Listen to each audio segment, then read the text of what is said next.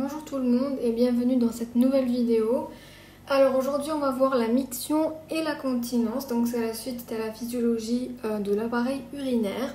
Et le cours ça va être très simple, donc normalement je vais être rapide, je vais essayer de résumer les points les plus importants. Alors premièrement la définition, donc d'abord la miction, vous le savez déjà, elle désigne l'évacuation des urines de la vessie.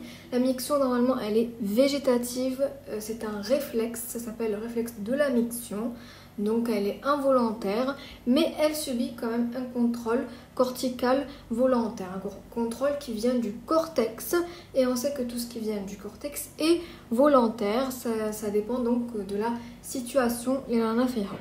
La continence, c'est la possibilité de retenir les urines dans la vessie si la situation elle ne permet pas la miction. Donc le cortex va intervenir pour retenir les urines et donc ça s'appelle la continence urinaire. On va voir d'abord un petit peu d'anatomie avant de passer à la physiologie de la miction et de la continence. Alors, ce qu'on a vu dans les autres vidéos, ça a concerné surtout le haut appareil urinaire. Aujourd'hui, on va se concentrer sur le bas appareil urinaire, donc sur la vessie et l'urètre.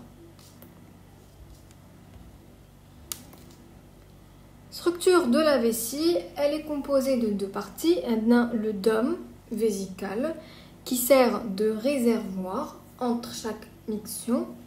Sa paroi est constituée d'une couche externe qui est un muscle lisse, le détrusor.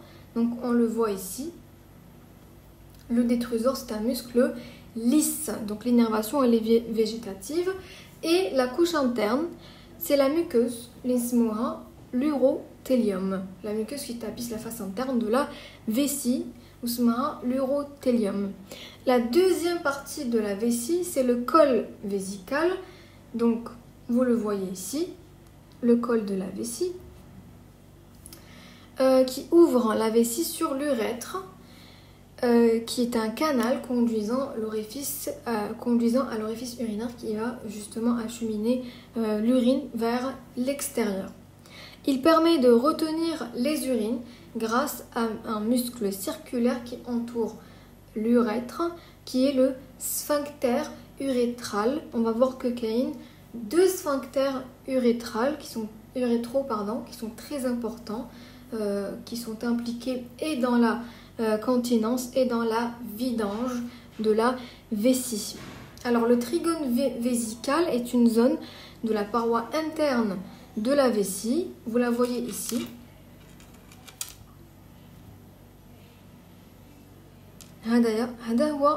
Ce qu'on va appeler le trigone. Alors c'est quoi le trigone? C'est une zone de la paroi interne de la vessie qui est de forme triangulaire, on le voit très bien ici, délimitée en haut par les deux orifices urétéraux, les urtères. Les urtères, rappelons-le, ils viennent des deux reins. Ils viennent tout simplement véhiculer avec l'urine qui est produite au niveau du rein. Ils vont l'emmener vers la vessie. Elle va être donc ça va déboucher sur la vessie pour qu'elle se remplisse. Donc d'une manière d'ailleurs continue. C'est par un jeu de pression que la vessie se remplit. Donc nous avons ici les deux orifices urétéraux, de chaque des deux urtères, et qui se réunissent par le bourrelet interurétérique et en bas par le col vésical. Je l'avais dit tout à l'heure, le col vésical en rouge. Ensuite nous avons l'urètre ici. Bon, d'ailleurs, je le dis maintenant, l'urètre chez la femme est plus court que chez l'homme. D'ailleurs, c'est l'un des facteurs de risque, ou c'est l'un des facteurs qui expose la femme aux infections urinaires. Donc les infections urinaires sont beaucoup plus fréquentes chez les femmes. Alors, comme je le disais tout à l'heure, les sphincters sont très importants à connaître avant de parler de la physiologie de la miction et de la continence. qu'il y a un sphincter interne qui est fait de muscles lisses. Il est situé au niveau de la jonction de l'urètre avec la vessie. Donc on sait que haolik l'urètre ou haolik la vessie. La jonction les deux, nous avons le sphincter interne qui est fait de muscles lisses. Et il correspond à un épaississement tout simplement de la musculature lisse, comme je viens de le dire. Le deuxième sphincter, ça va être le sphincter externe, qui est du muscle strié, qui est fait de muscles striés, et qui est en continuité avec le plancher pelvien. Le plancher pelvien, c'est des muscles. Ils l'ont montré ici. Donc on voit très bien que ce que j'ai entouré en bleu ici, donc le sphincter urétral externe, il est en continuité avec les muscles du plancher pelvien. Voilà pour donner un petit peu l'anatomie, vous allez mieux comprendre comme ça la physiologie. Alors, il faut savoir que le bas appareil urinaire, donc la vessie à l'urètre, fonctionne de manière cyclique avec des phases de remplissage, on le voit ici, et des phases de vidange, tout simplement. Le relâchement du détrusor et la contraction des sphincters permettent une continence. Ça permet la continence. Et la miction, elle se fait grâce à la contraction du détrusor et forcément l'ouverture des sphincters. Voilà, donc pour que la miction puisse se faire, il faut que le détrusor se contracte et que les sphincters, bien sûr, se relâchent pour que la miction puisse se faire. Mais avant ça, la vessie se remplit. Comment elle se remplit? Le détrusor doit être relâché, d'accord? Et au cours de ce remplissage, qui est ce qu'on appelle la continence, les sphincters sont fermés. Tout simplement. Et c'est des cycles comme ça, de remplissage, vidange, remplissage, vidange.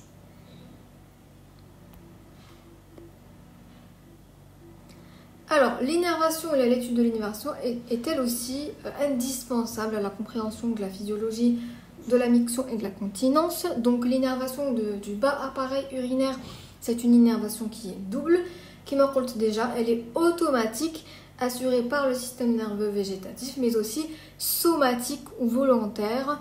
Et là, le but de cette innervation, ça va être de contrôler avec le réflexe de miction.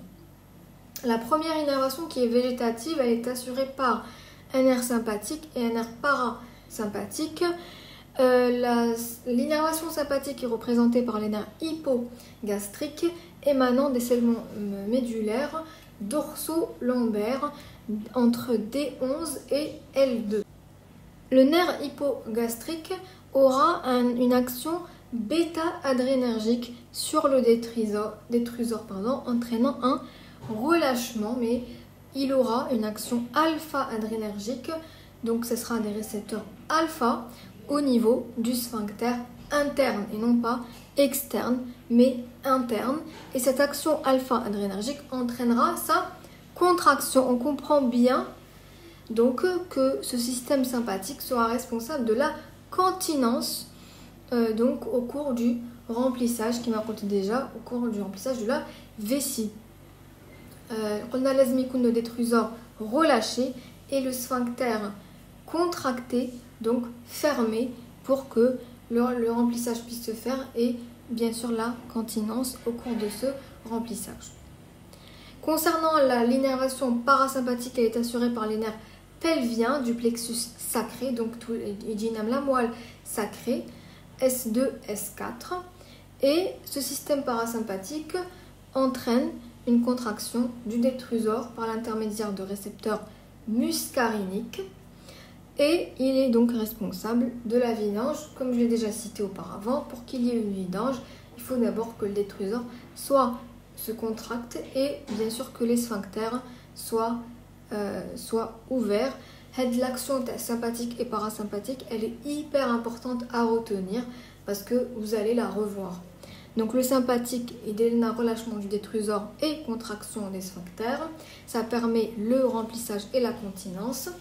alors que le parasympathique, c'est exactement l'action inverse, donc la contraction du détrusor et au contraire le relâchement des sphincters. Je parle du sphincter interne, hein, parce que le sphincter externe est sous contrôle volontaire.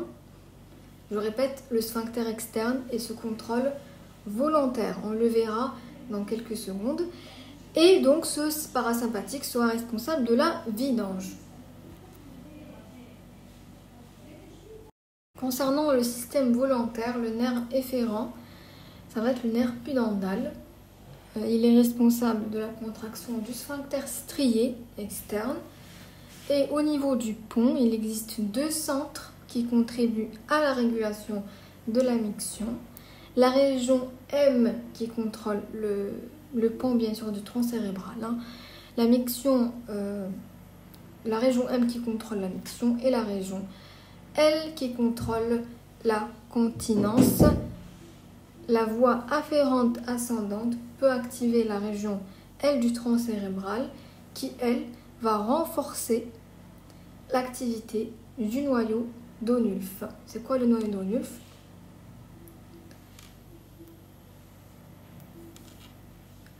Le noyau d'Onulf. Donc la région L qui est responsable qui contrôle la continence au niveau du pont, elle peut venir renforcer l'action ou l'activité du noyau d'Onulf qui est lui Ushidel. Voilà, Ushidel.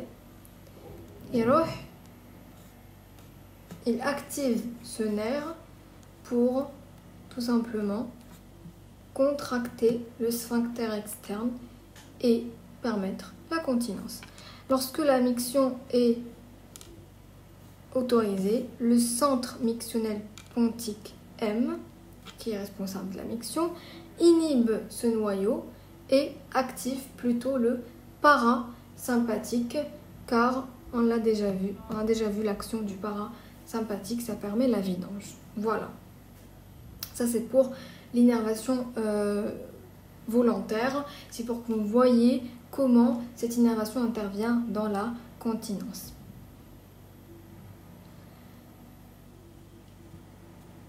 Dans l'image ici, c'est hyper clair, donc je vais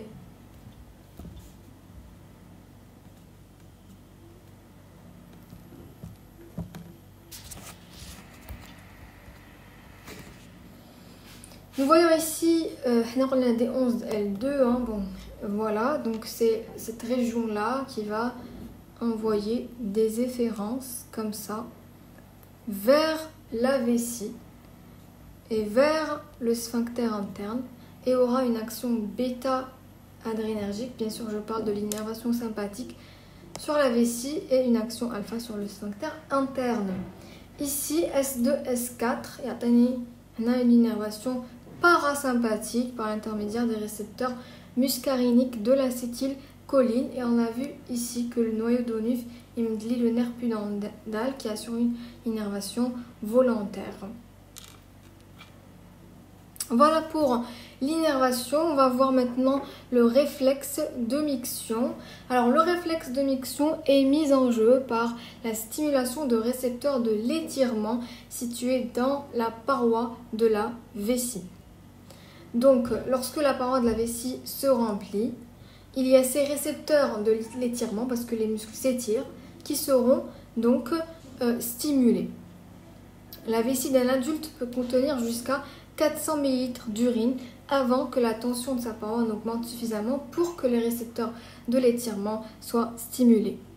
Alors, une fois que ces récepteurs sont stimulés, les fibres afférentes de ces récepteurs transmettent l'information à la moelle épinière et qui, par l'intermédiaire d'un interneurone, va stimuler les nerfs efférents parasympathiques de la vessie et inhibe les motoneurones du sphincter externe. Pourquoi? On parle du réflexe de la miction. Le but ici, c'est la vidange. Donc, je vais stimuler des efférents parasympathiques et je vais inhiber le motoneurone du sphincter externe pour que le sphincter externe ne se contracte pas, parce que il est responsable de la continence. La stimulation du parasympathique entraîne la contraction de la vessie. Les deux sphincters étant ouverts, l'urine est propulsée dans l'urètre par la force de contraction de la vessie. Ce réflexe de miction est responsable de la vidange de la vessie durant la première enfance, parce que après on verra que l'enfant va acquérir le contrôle volontaire de la miction. Mais si Kikun tout petit, la première enfance, oui, il ne peut pas contrôler. Il va apprendre petit à petit à contrôler sa miction.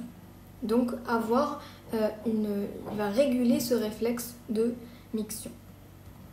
Donc contrôle volontaire de la miction, le remplissage de la vessie donne aussi naissance à la sensation consciente du besoin d'uriner. Donc ce réflexe de miction, il est toujours présent. Mais on va essayer de le contrôler selon la situation. Il en a fait un. Donc ceci avant que le sphincter externe ne se relâche. Avant que le sphincter externe ne se relâche et qu'il y ait miction, on a déjà, le cerveau, une sensation consciente du besoin d'uriner. Une information qui dit, voilà, la vessie elle est pleine, il y a besoin d'uriner. De cette façon, le contrôle volontaire acquis pendant l'apprentissage, ça s'apprend, l'apprentissage de la propreté durant la première enfance peut l'emporter sur le réflexe de la miction. C'est pour ça que je dis qu'il est toujours présent. C'est juste qu'on apprend à le contrôler. De sorte à ce que la miction ait lieu à un moment choisi et non pas automatiquement dès l'activation du réflexe. Justement, si le moment est mal choisi quand le réflexe est activé, la miction peut être empêchée par la contraction volontaire du sphincter externe. Qui a une sensation consciente, mais il y a besoin d'uriner. Si on n'est pas dans des situations qui nous permettent donc d'uriner, par exemple les toilettes sont éloignées, et bien là, on va envoyer un message au sphincter externe pour lui dire de se contracter et c'est ce qui permet la continence.